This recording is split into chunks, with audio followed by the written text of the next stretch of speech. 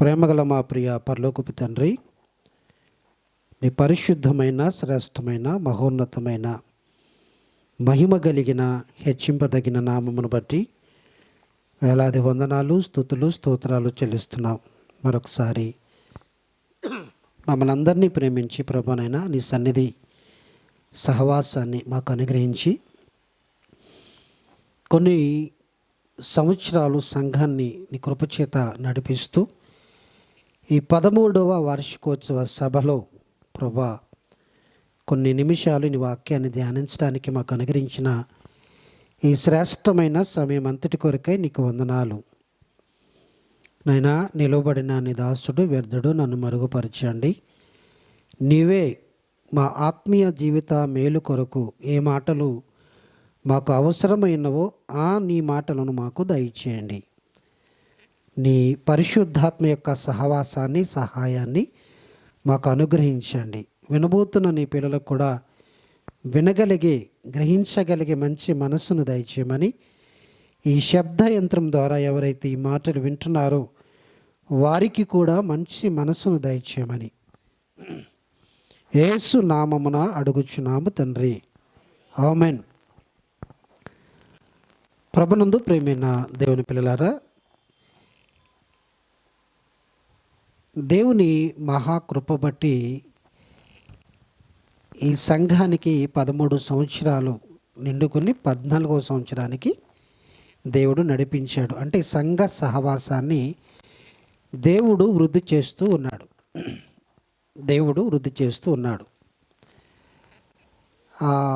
పెనుబంట్ర సంఘమే కాదు, Jesus fellowship మినిస్ట్రీసే కాదు, ఇక్కడ చేరి వచ్చిన మనం అనేక సంఘాలలో సభ్యులుగా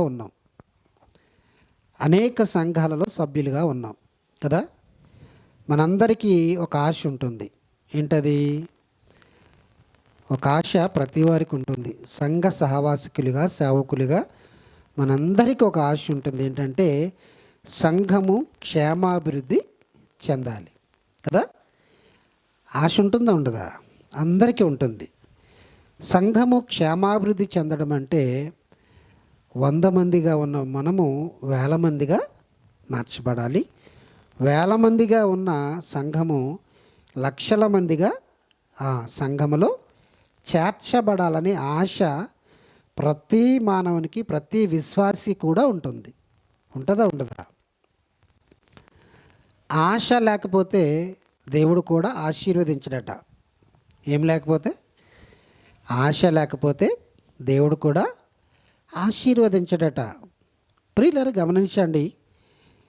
దేవుని యొక్క మహాకృపను బట్టి ఈ చక్కటి 13వ వార్షికోత్సవ సభ నిర్వహించబడుతుందంటే దాని వెనుక, సంఘ నిర్మాణము వెనుక అనేకమైన శ్రమలు, కష్టాలు, బాధలు, ఇబ్బందులు, అనేకమైన అవమానాలు ఉన్నాయి.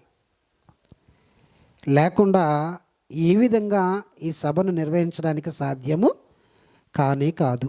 అది దేవుని మహాకృప వలన వాటన్నిటిని కూడా అధిగమించి మరొక పర్యాయము ఈ వార్షికోత్సవ సభను మనందరితో కలిసి వారు ఈ విధంగా సంతోషించగలిగే చక్కటి సహవాసాన్ని వారు కలిగి ఉన్నారు. అంటే కారణం ఏంటంటే కేవలము దేవుని మహాకృప. అంటే ప్రతి వార్షికోత్సవ సభకు, లేకపోతే ప్రతి సంఘ క్షేమాభివృద్ధి కూడికకు ఒక ఆలోచన కలిగి ఈ విధంగా నిర్వహిస్తున్నారు.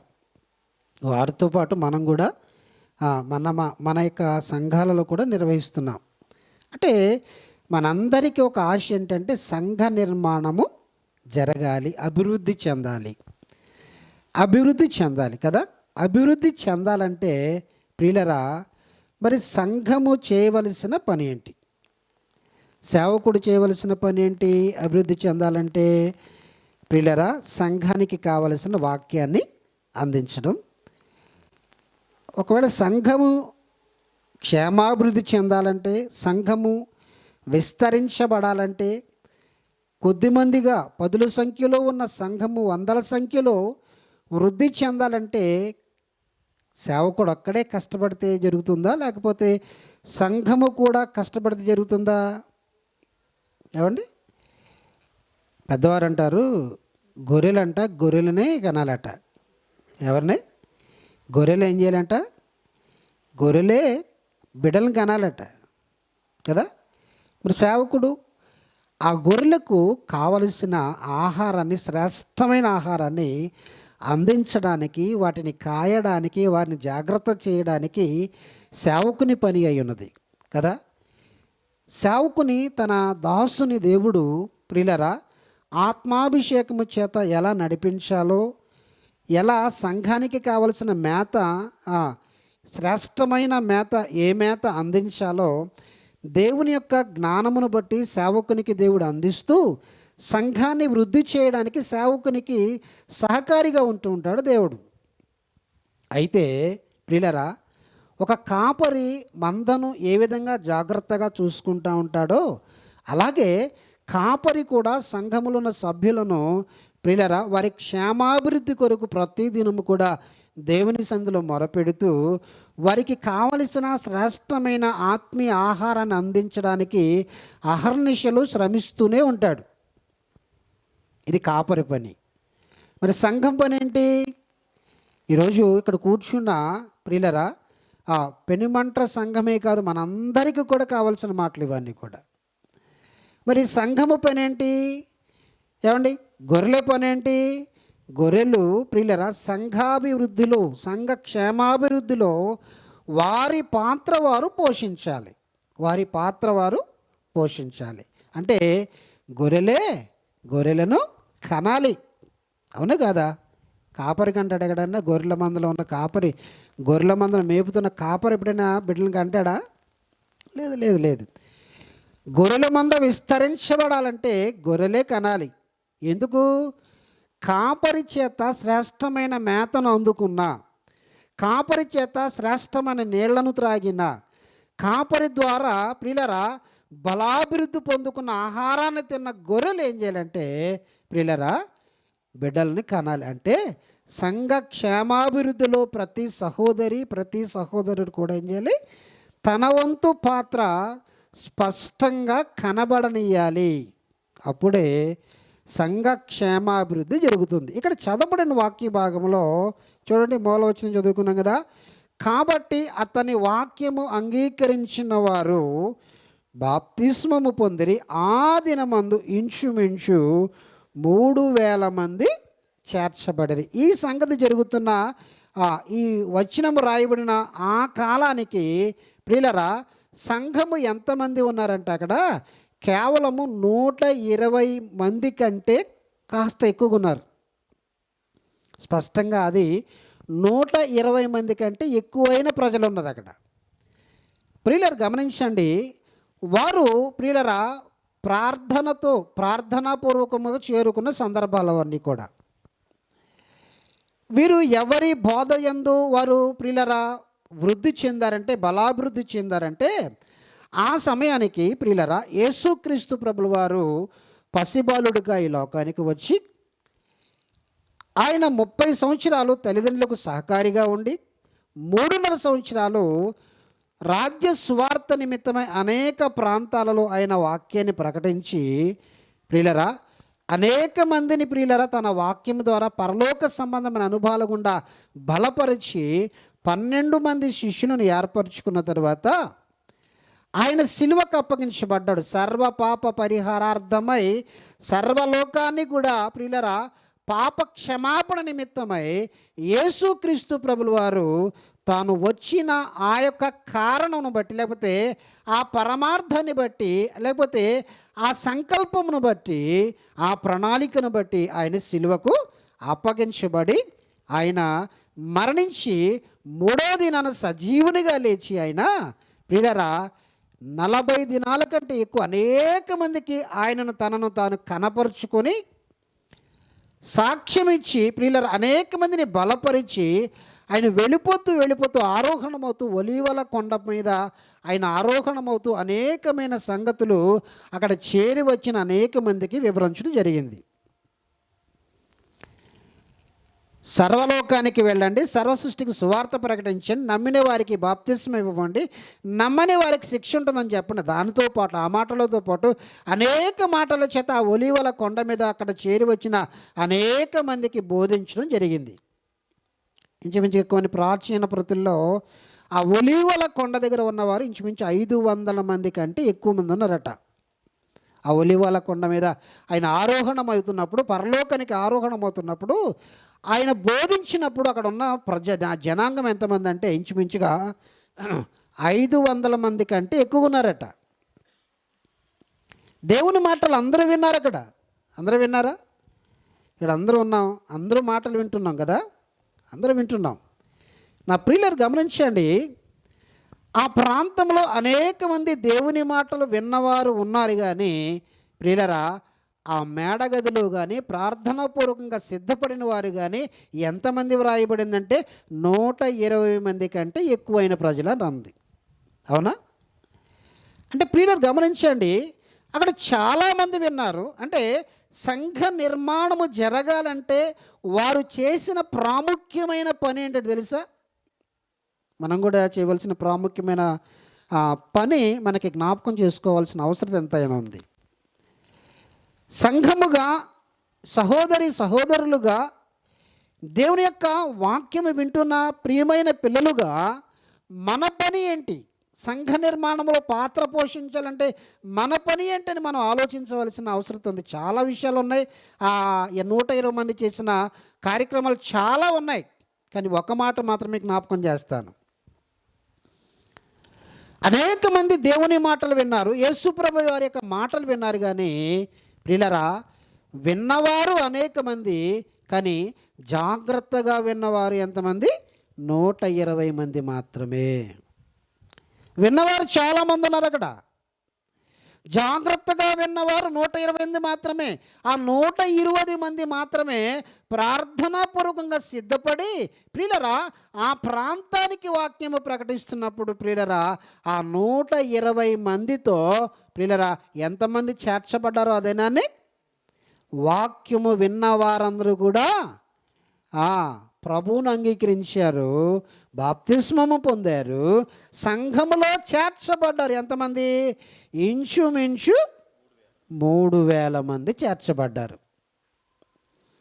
120 మంది ఉన్న సంఘము ఇప్పుడు ఎంత అయింది? 3000. అంటే వేల సంఖ్యలో, వందల సంఖ్యలో ఉన్న సంఘము వేల సంఖ్యలో మార్చబడింది, వేల సంఖ్యలో ప్రియులరా అభివృద్ధి చెందింది. మనం కూడా వాక్యం ఎంతకాలం నుంచి వింటున్నాం? ఎంతకాలం నుంచి వింటున్నాను వాక్యం మనం? వారు ఒక్క ప్రసంగానికే, పేతురు గారి ప్రసంగానికే 3000 మంది చేర్చబడ్డారంటే వారు యేసు ప్రభు వారి దగ్గర ఎలా నేర్చుకున్నారు, ఎంత ప్రియుల ఆలోచనాత్మకంగా, ఎంత శ్రద్ధగా వాక్యాన్ని విన్నారో ఆలోచించండి. ఒకసారి ఆలోచించండి. మనం కూడా చాలా పర్యాలు వింటున్న వాక్యాన్ని సంఘాల్లో సేవకులు నోరడిపోయేలా చెప్తున్నప్పుడు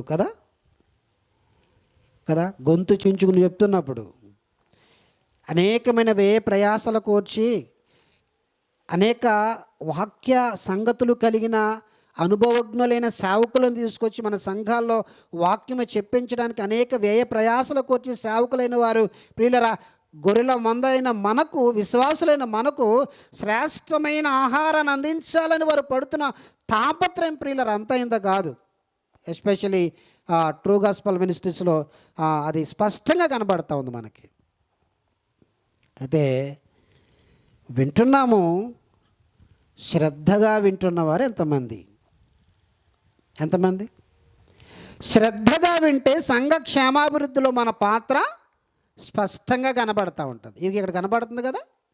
ఈ 120 మందితో చేర్చబడిన ఈ 3000 మంది ప్రియులరా వారి ఫలాలు ఎవరి ద్వారా వచ్చాయి? ఈ 120 మంది యొక్క విశ్వాసము, వీరి ప్రార్థన, వీరి భక్తి, వీరి జీవితం బట్టి ప్రియులరా ఈ 3000 మంది సంఘములో చేర్చబడ్డారు. ఎందుకు వినాలి? వింటమే కాదు, శ్రద్ధగా ఎందుకు వినాలి?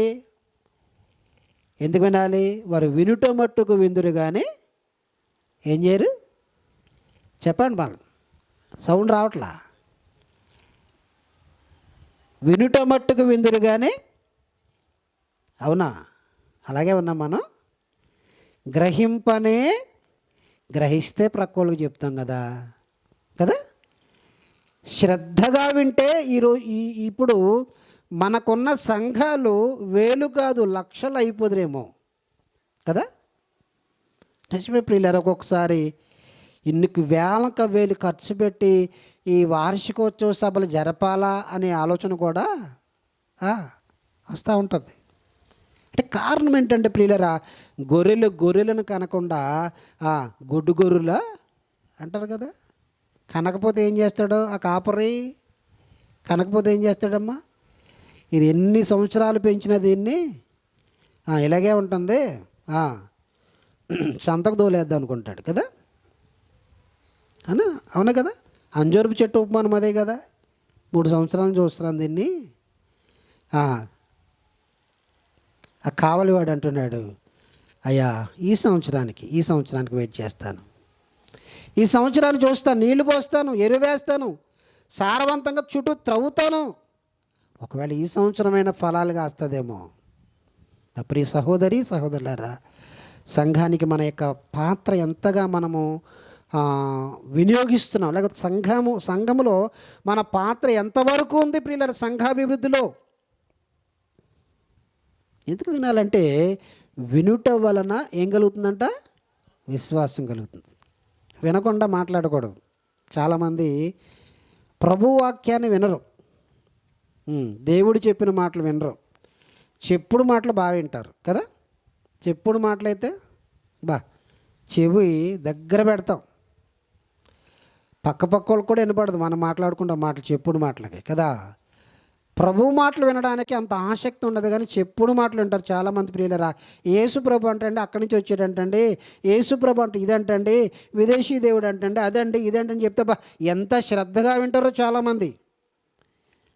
అదే భక్తుడు అన్నాడు, రుచి చూచి ఎరిగాడంట ఆయన, యెహోవా ఉత్తముడు అని చక్కని పాట కట్టాడు ఆయన. నా ప్రియులరా, ప్రియ సహోదరులరా, ఈ మాటలు వింటున్న ప్రియ సహోదరి, ప్రభు చెప్పిన మాటలు మీరు ఎలా వినాలంటే శ్రద్ధగా వినాలి, అది రుచి చూచి ఎరగాలి. అప్పుడే నీకు విశ్వాసము కలుగుతుంది ప్రియులారా. వారు చేసిన పని ఏంటో తెలుసా? 120 మంది శ్రద్ధగా వినిన సంగతులు వారి జీవితాల్లో కనబడుతున్నాయి. తర్వాత మాటలు ఉంటుంది, 5,000 మంది చేర్చబడ్డారంట. ఎంతమంది? ఇక్కడ 3,000 మంది చేర్చబడ్డారు.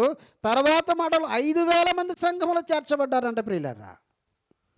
ప్రియ సహోదరులారా, ఎందుకు వినాలంటే విశ్వాసము కలగాలంటే దేవుని మాటలు శ్రద్ధగా వినాలి. ఇంకా చెప్పమంటారా?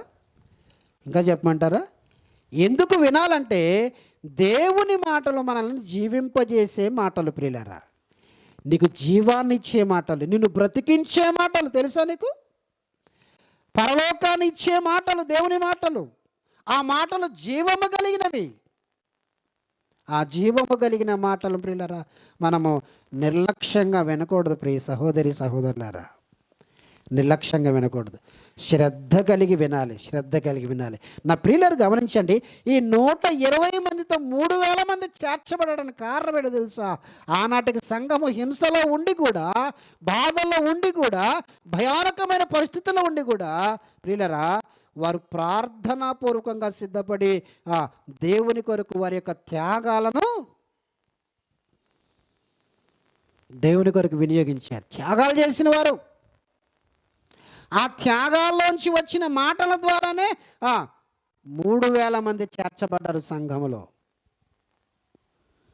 2 దినాలు కూడికలు జరుగుతున్నాయి. ఇక్కడ 2 దినాలు కూడికలు జరుగుతున్నాయి. మరి మనం ఎలా వింటున్నాము? ఎలా వినాలి? నా ప్రియులారు గమనించండి, ఇక్కడికి వచ్చి సమయాన్ని వ్యర్థంగా మొబైల్ ఫోన్ చూసుకునే వాళ్ళు కూడా చాలామంది యవనస్తులు కనపడుతూ ఉంటారు. అక్కడ శ్రద్ధగా విన్న సంగతులు కనపడుతున్నాయా? లేదు.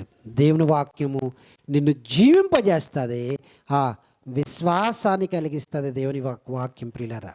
కాబట్టి ఈ 3 దినాలు సేవకులు పడుతున్న శ్రమకు ఫలితంగా వాక్యం వినబడుతున్నప్పుడు, దేవుని దాసుల ద్వారా వాక్యం వినబడుతున్నప్పుడు శ్రద్ధగా విన్నట్లయితే వచ్చే సంవత్సరానికి మరింత మంది సంఘములో చేర్చబడడానికి మనం కారకులుగా మారబోతున్నాం. కాబట్టి ఈ పెనుమంటలో జీసస్ ఫెలోషిప్ వాళ్ళే కాదు, ఇక్కడ కూర్చున్న మనం అందరం కూడా మన సంఘాలలో సహకారులుగా ఉండాలంటే వాక్యాన్ని శ్రద్ధగా వినాలి. ఆనాడు వారు చేసిన పని అదే, చాలా చేశారండి వాళ్ళు. కానీ ఒక మాట మీకు జ్ఞాపకం చేశాను, వాక్యాన్ని శ్రద్ధగా వినాలి. ఏమండి, నా మాటలు శ్రద్ధగా వింటే నేను దీవిస్తానని ద్వితీయోపదేశకాండం 28వ అధ్యాయం చెప్తా ఉంటాడు అక్కడ కదా. వింటే దీవిస్తాడా, వినకపోతే దీవిస్తాడు ఆయన. ఎలా శ్రద్ధగా శ్రద్ధగా శ్రద్ధగా. పొలంలో దీవించబడతావు, అన్నిట్లో దీవించబడి వెళ్ళి లోపలికి వస్తున్నప్పుడు, బయటికి వెళుతున్నప్పుడు నీ పాడిని, నీ పంటను కదా దీవించబడతాం. అంటే ఆధ్యాత్మికంగానే కాదు, శారీరకంగా కూడా నువ్వు దేవుని మాటలు శ్రద్ధగా వింటే దీవించబడడానికి, ప్రియులరా ఆశీర్వదించబడడానికి దేవుని మాటలు మనం శ్రద్ధగా వినేవారంగా ఉండాలి. కాబట్టి ఈ 3 దినాలు, ఈ 2 దినాలు, రేపు ఉదయకాలం కూడా కూడుకుంది ఏమండి, ఈ 2 దినాలు కూడా దేవుని యొక్క సన్నిధిలో వాక్యాన్ని శ్రద్ధగా వినే అనుభవాలు మనందరం కలిగి ఉండాలని ప్రేమపూర్వకంగా మనం చేస్తూ, సంఘ క్షేమాభివృద్ధిలో ప్రతి వారి యొక్క పాత్ర స్పష్టంగా కనబడాలని మనం చేస్తూ నా మాటలు ముగిస్తున్నాను. అందరికీ వందనాలు. చిన్న ప్రార్థన చేస్తాను. ప్రేమగల మా ప్రియ పరలోక తండ్రి, మీకు వందనాలు.